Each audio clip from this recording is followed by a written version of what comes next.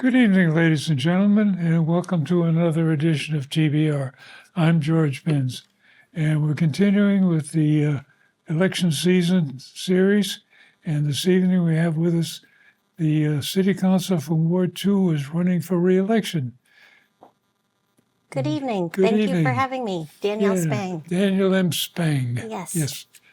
And I guess the issue comes down to you must be having fun because you're running again.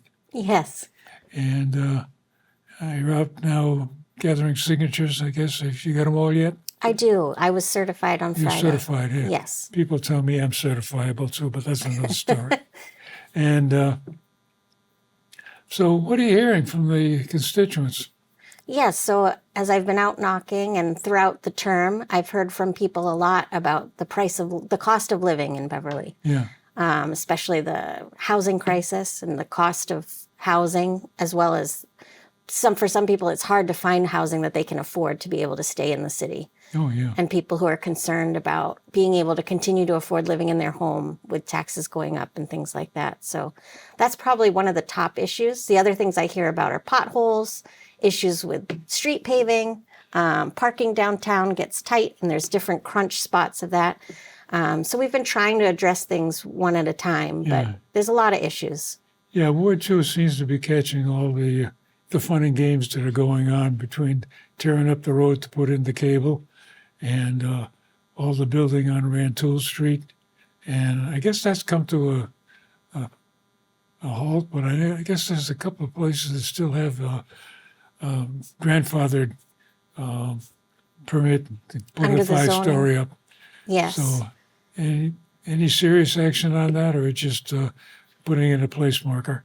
The one area that I think is going to be redeveloped is where the Meineke was, but it's hard for me to remember the details, but I believe the way that they're building it, it would comply under the current zoning too. Oh, they're not going to go the full 5 stories? I would have to look to be sure, but I think it was 4. Yeah, okay. And there's still this discussion about what to do about the dollar store. Mm-hmm. And I guess that was one of the later plans, I guess, was to turn that into 50 units of below market housing. I'm not sure the number, but I know the mayor said he was going to host a public meeting sometime in July to hear from the community what people's priorities are for that space. Yeah. One thing I have heard from a number of residents is they'd like to see groceries downtown in some form, maybe a small grocer like Woodbury's or, like that style. Yeah. And there's a lot of artists who miss the art studio space that used to be in the second floor of that building. But yeah, and then we do need more housing, and we need it to be housing that people can afford to live in. Yeah. Like Andrew DeFrence's comment, there's affordable housing, and that's the state mandate of 80% of the median income or some number like that. Then there's housing that is affordable. Right. That's the real challenge. Yeah. And I guess you were mentioning that you're involved with a committee to look into rental housing? Yes, yeah. So there's a special committee that was formed. I filed a letter with the council asking for their support in forming this special committee. And then Council President Flowers appointed 11 people to it.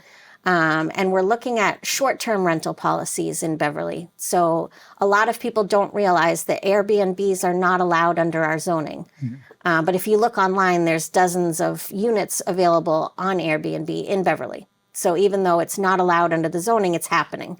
And it's happening at pretty sizable rates.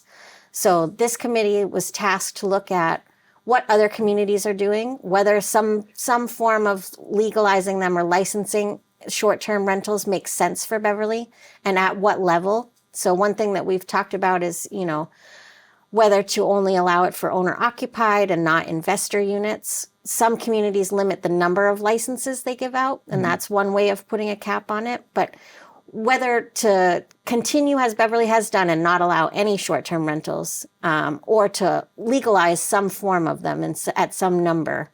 And then hopefully the other apartments that are listed right now could be available for people year-round. Well, what's the definition of a short-term rental? Less than 30 days. Less than 30 days. Yeah. So the apartments that are rented on Rantoul Street, they're long-term leases or so. Right. A month to month or an annual lease. Yeah, but Yep. they pay monthly, but they've got an annual lease. So that's it. Now that gets into another interesting issue that the city has also been pushing ADUs. And would an ADU qualify to be a short-term rental? No, right now, under the zoning laws, ADUs cannot be used for transient lodging or for short term. They cannot. And I don't think it didn't sound like there was much appetite for ADUs to be used as short term rentals. Oh, okay. At least we've only met once as a committee. Yeah, Yep. oh, that's good.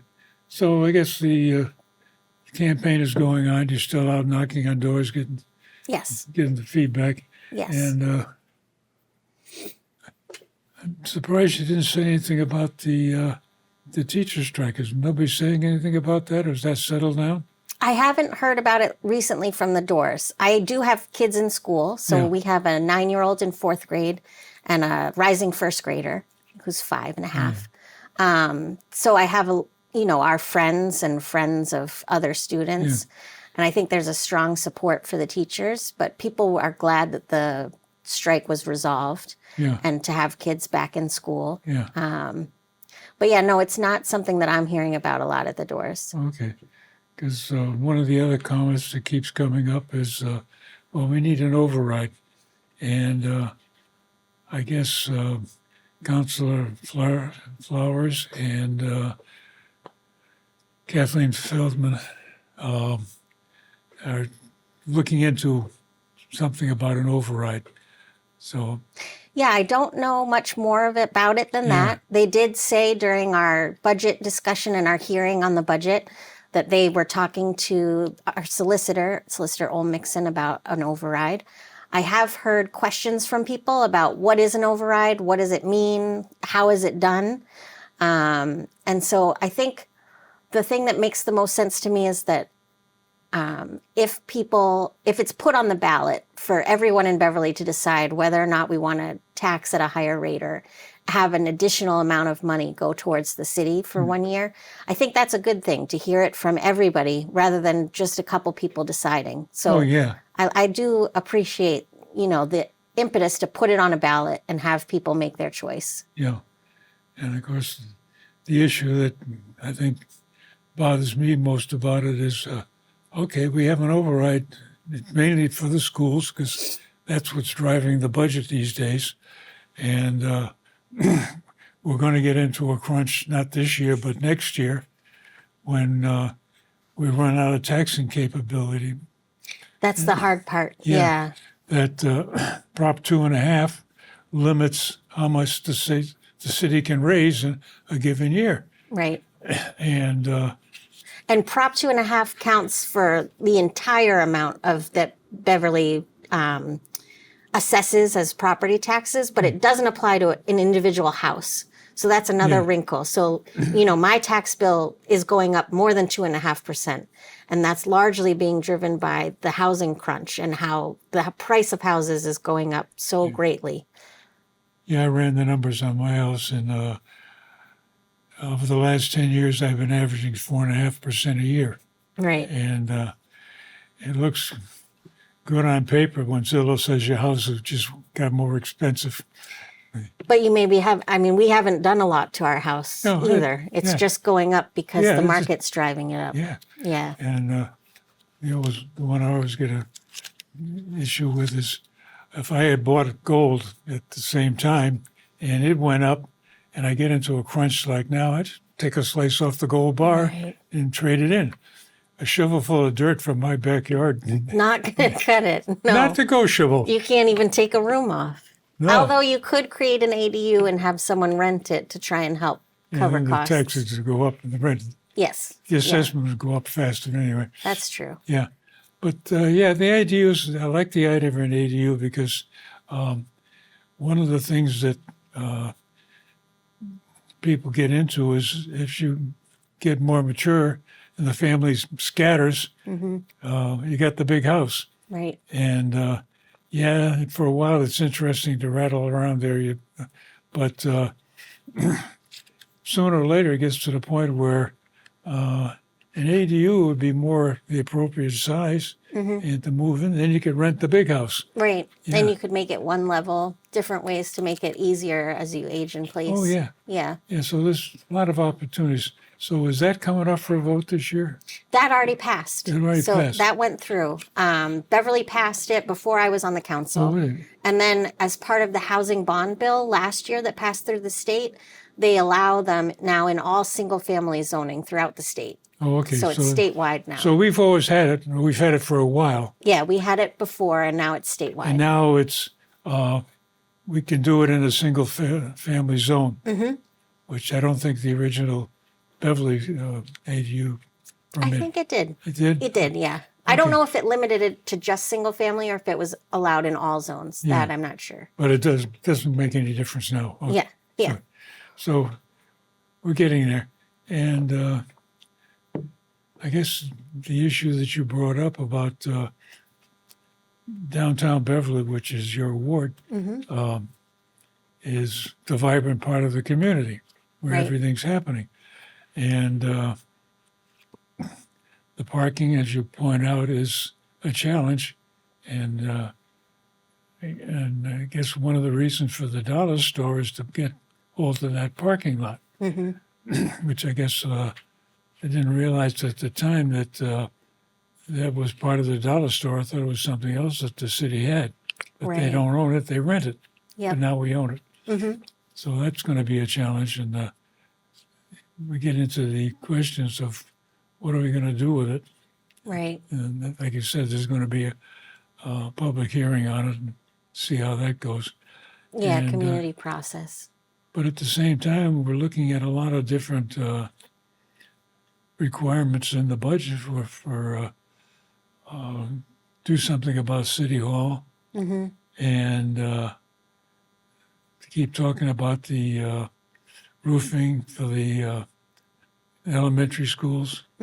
So it's going to be a difficult time for sorting this out. And so, again, you mentioned early on that people are concerned about how can we afford to stay here, Right.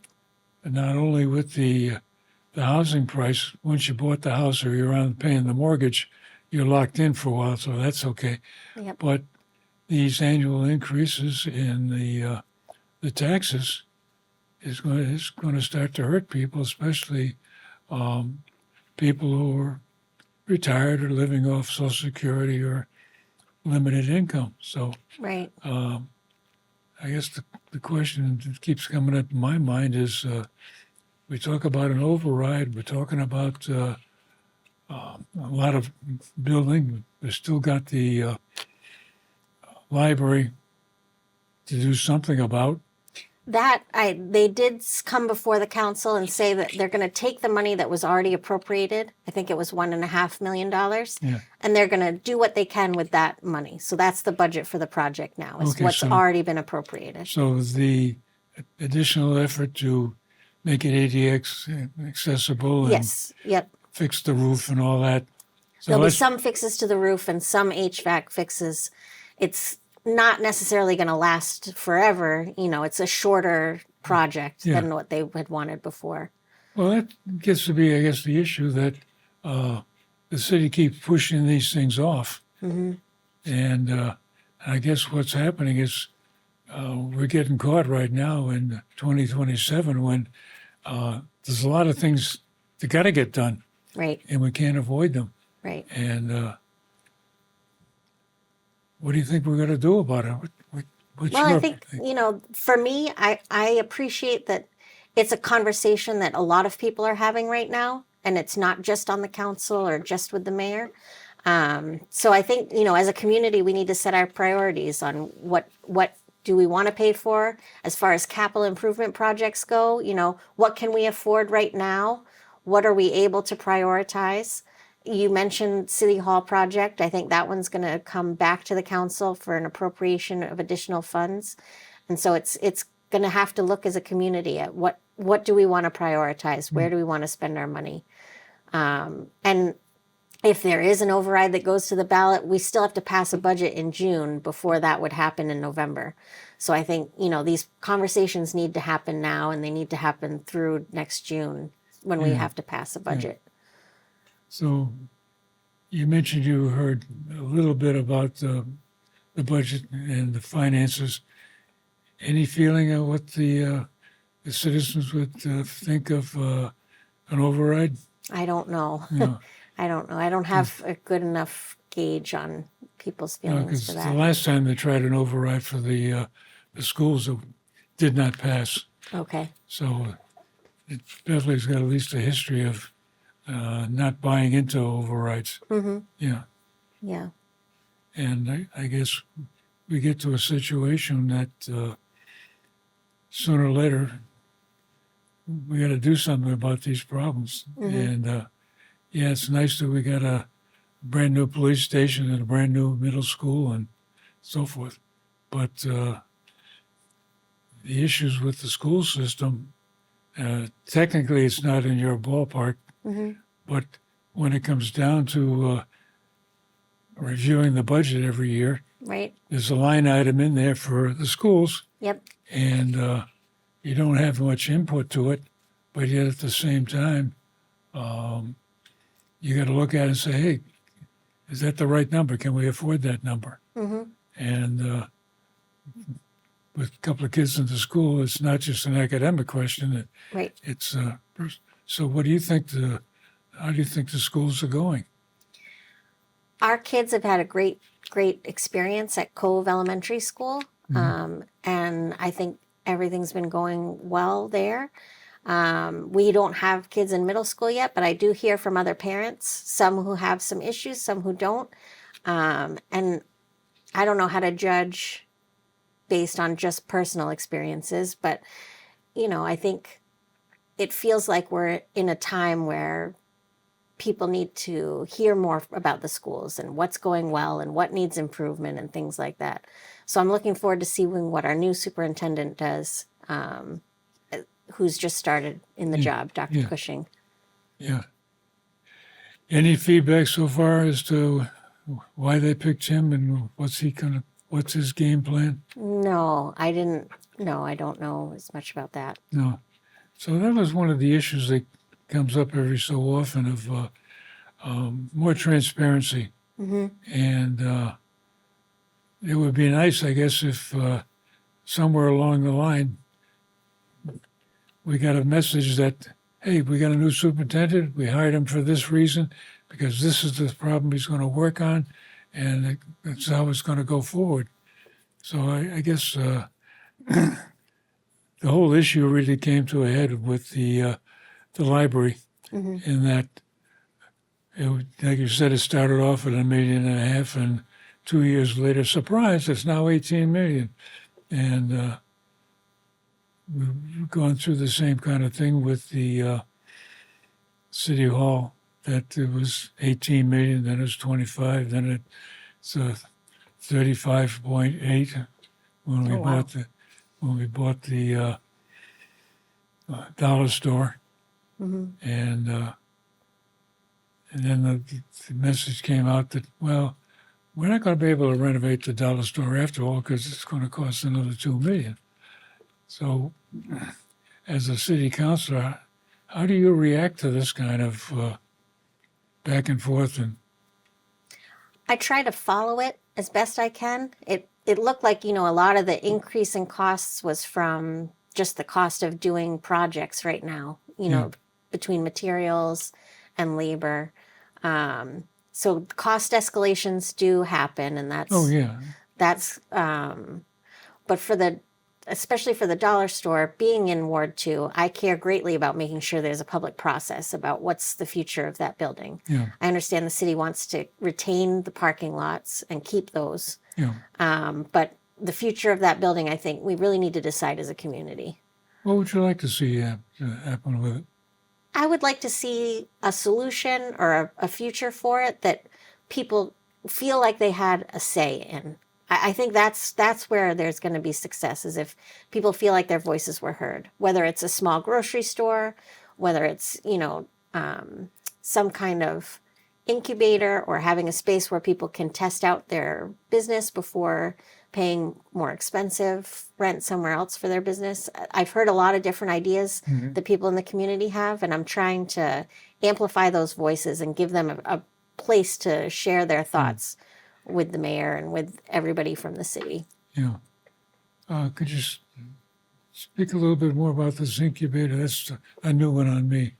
Yeah, so there were people who would like to see a space where it could be an incubator for small businesses. So if you have an idea for a business and maybe you want to either make something or sell something, rather than committing to a year-long, month-to-month lease somewhere for space, you could use a space for 1 to 3 months at a lower discounted rate and see if it works. See if there's an appetite for what you're offering in the community. Yeah. And then from there, you launch out to a different commercial space. Oh, okay. We do still have some vacancies downtown. So, yeah. And I think downtown's always going to have some moving parts. You have your staples that are there for a long time, but some of them are in and out. Oh, yeah.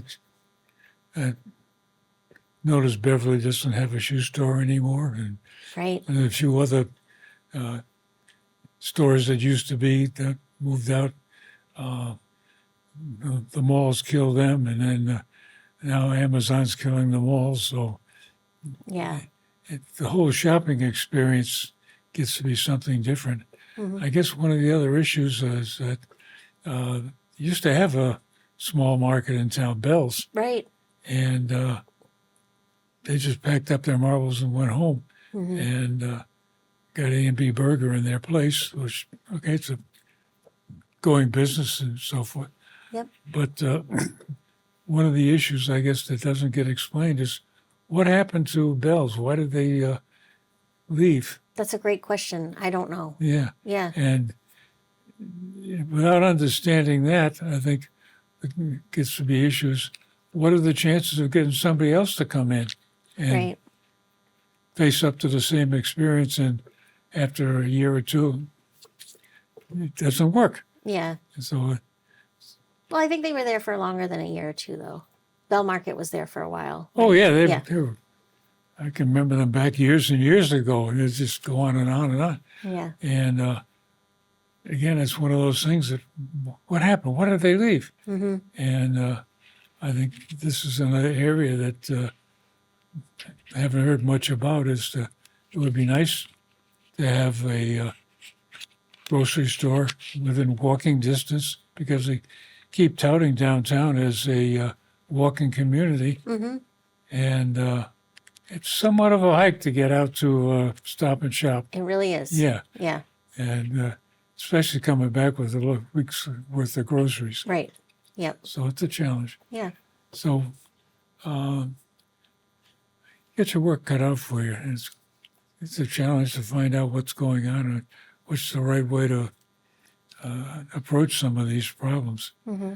And since you're going to do it again, it's your turn to tell your audience why they should vote for you. Thank you very much. Yeah.